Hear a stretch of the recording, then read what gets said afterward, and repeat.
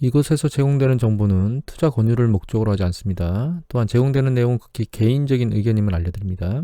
따라서 모든 내용은 단지 참고사항으로만 사용하셔야 합니다. 그리고 그 어떤 법률적 책임을 지지 않는다는 점을 인지하시기 바랍니다.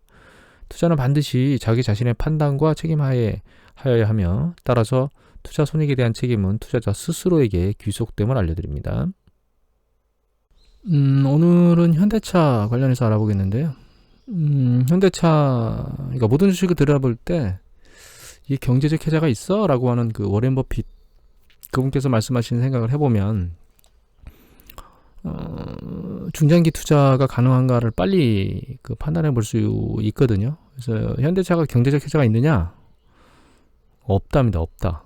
그러니까 경쟁사에 비해서 상대적으로 절대적 우위에 있어서 매출이나 이익에 절대적인 보호막이 있느냐? 없답니다. 없다. 그러면은 가장 시장을 뜨겁게 만들었던 테슬라는 있느냐? 전 테슬라도 없다고 생각하고 있습니다. 개인적으로. 테슬라도 없다예요. 물론 자동화법 운전 장치인 크루즈 컨트롤 쪽이 그나마 상대적으로 가장 우수한 걸로 알고 있는데, 그것도 종종 사고가 나서 사실 완벽하지 않은 시스템을 가지고 있죠.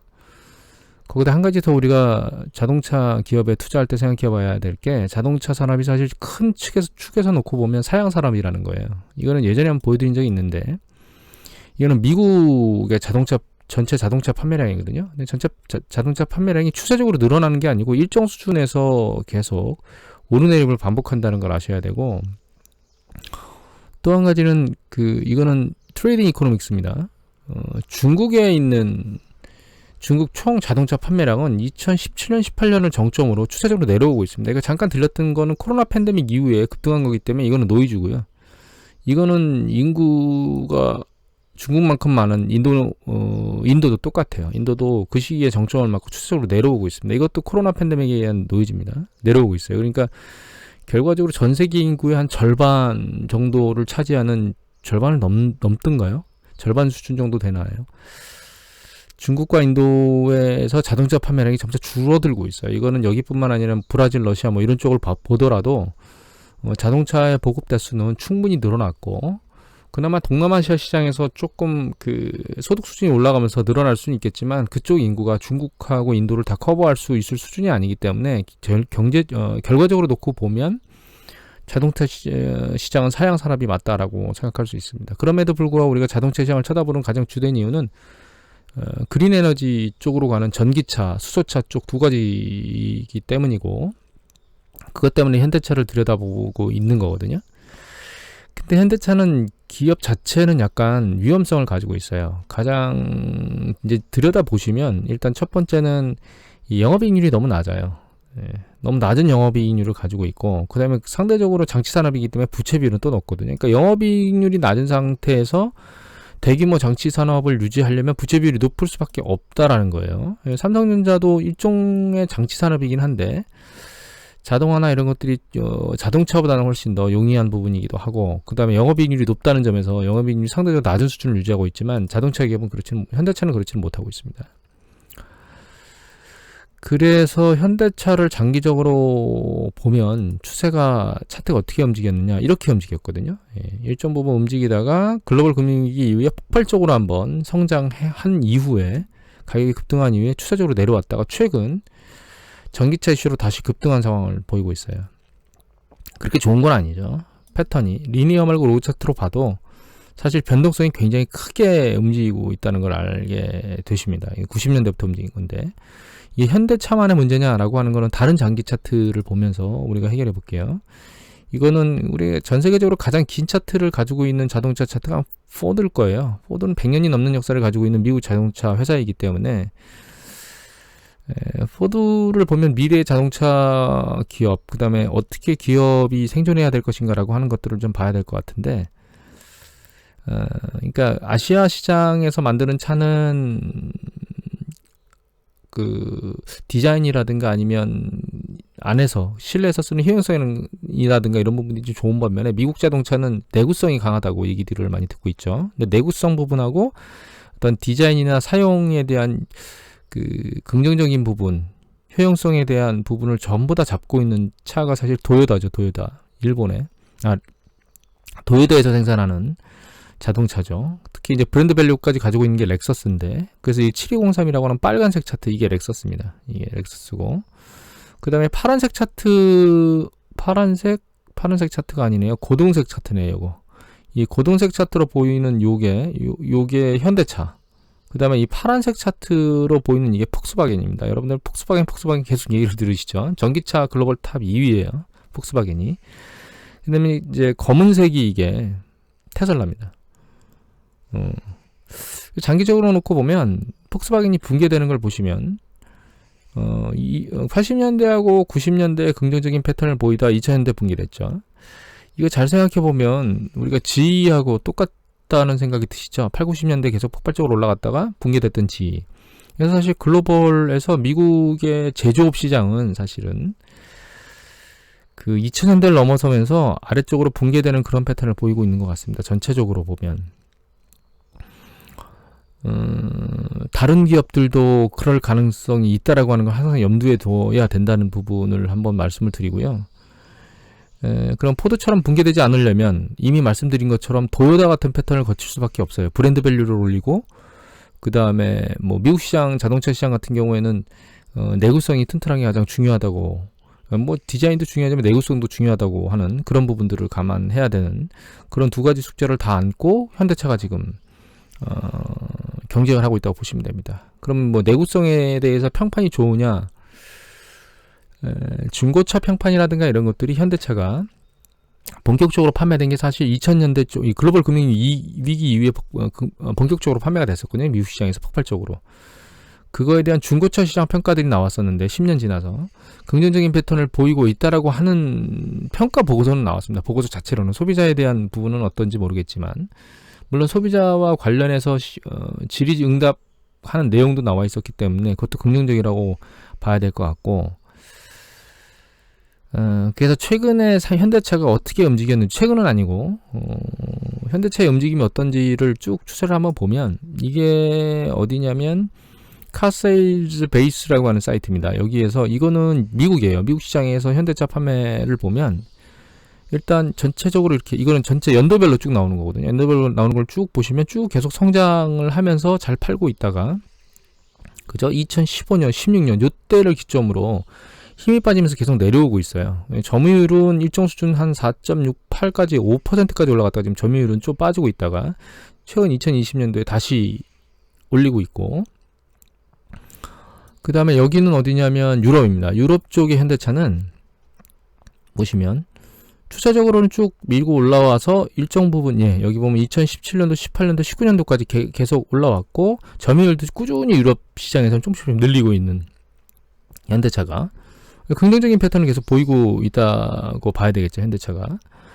그리고 중국 시장을 보면요, 이건 중국 시장인데 중국 시장이 가장 안 좋습니다. 중국 시장 보시면 쭉 늘어나서 2016년도에는 100만 대가 넘게 올렸고 5%까지 6% 중반까지도 올라갔던 게 지금은 점유율이 2%대로 떨어져 버렸어요. 그러니까 브랜드에서도 밀리고, 그 다음에 자국차에 대한 어떤 경쟁, 브랜드 밸류에서 밀린 쪽에서 가격 경쟁으로 간 그 자국차에서 밀리는 양쪽에서 치이는 그런 현상을 중국에서는 보이고 있습니다. 그래서 경쟁력이 떨어져 있는 상황이에요.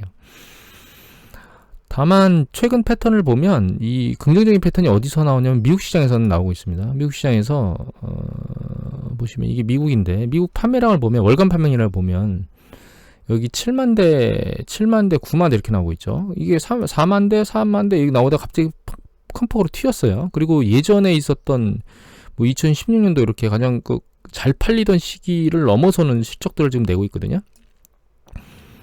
물론 미국에서 자동차가 폭발적으로 팔리고 있기도 하지만, 가장 주된 이유라고 제가 생각하고 있는 것은 사실 그 타이거 우즈 때문이라고 생각하고 있습니다. 타이거 우즈가 2월쯤에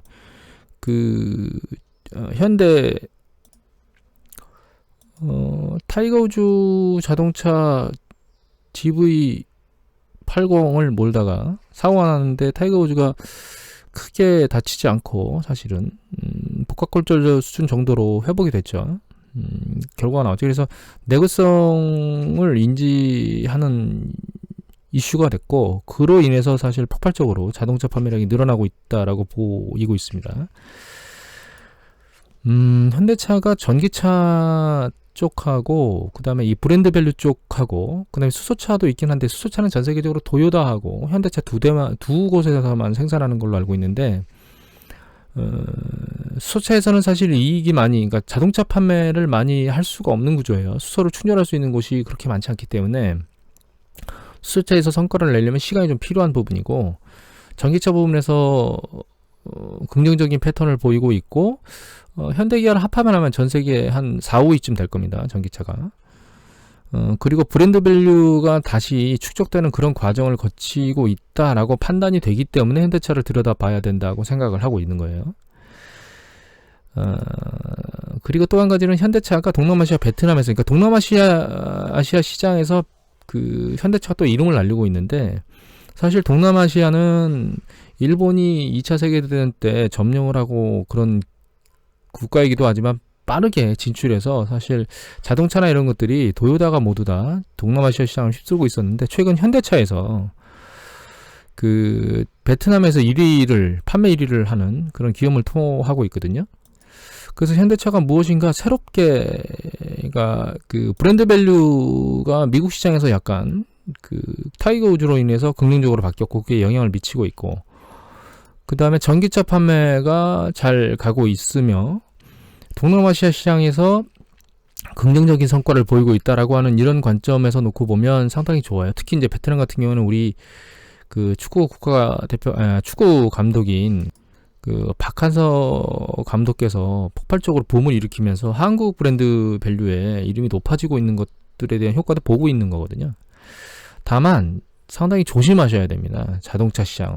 그러니까 우리가 그냥 가만히 넉넉히 투자하고 기다려야 될 대상은 아니라는 걸 아셔야 되는데 가장 주된 이유가 뭐냐면 그 리콜 문제가 항상 쌓여 있어요.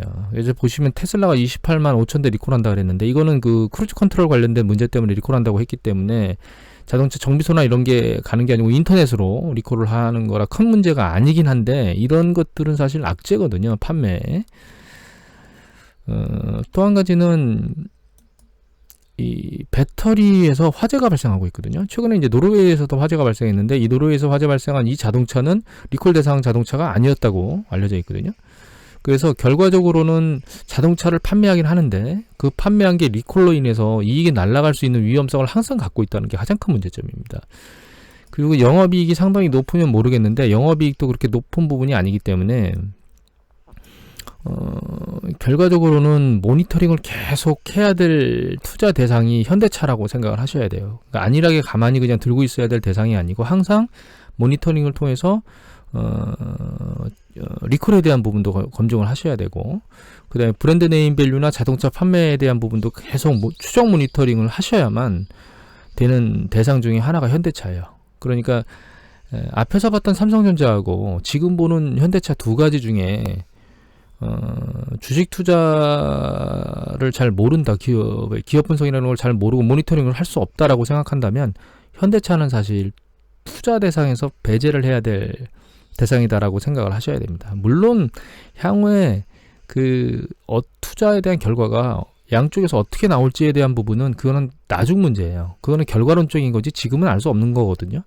그 중간 과정에서 어떤 일이 어느 쪽에서 어떤 일이 터질지 모르기 때문에 다만 기업의 성향, 그 다음에 장기적인 기업의 트렌드, 그러니까 주가의 트렌드, 그 다음에 기업이 경제적 해자를 가지고 있느냐 없느냐라고 하는 이런 것들을 종합해보면 현대차는 같은 대형주이지만 상당히 조심스럽게 접근해야 되고 모니터링도 강화해야 되는 그런 주식이다라고 하는 걸 여러분들이 인지하셔야 된다라고 말씀을 드릴 수 있을 것 같아요.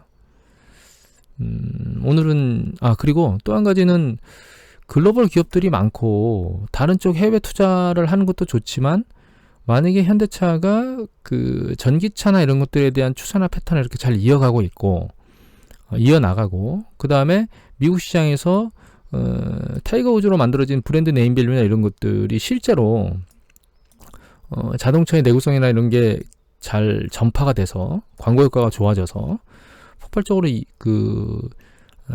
매출이나 이런 것들이 이어진다면 성과를 좋게 낼 수 있는 가능성을 내포하고 있기 때문에 투자에 대해서 그 생각을 가지고 접근해야 되는 그런 긍정적인 점도 있다. 라고 하는 부분까지 말씀을 드리고, 그 부분을 잘 항상 모니터링하고 검토해야 된다라고 하는 부분으로 마무리를 짓도록 하겠습니다.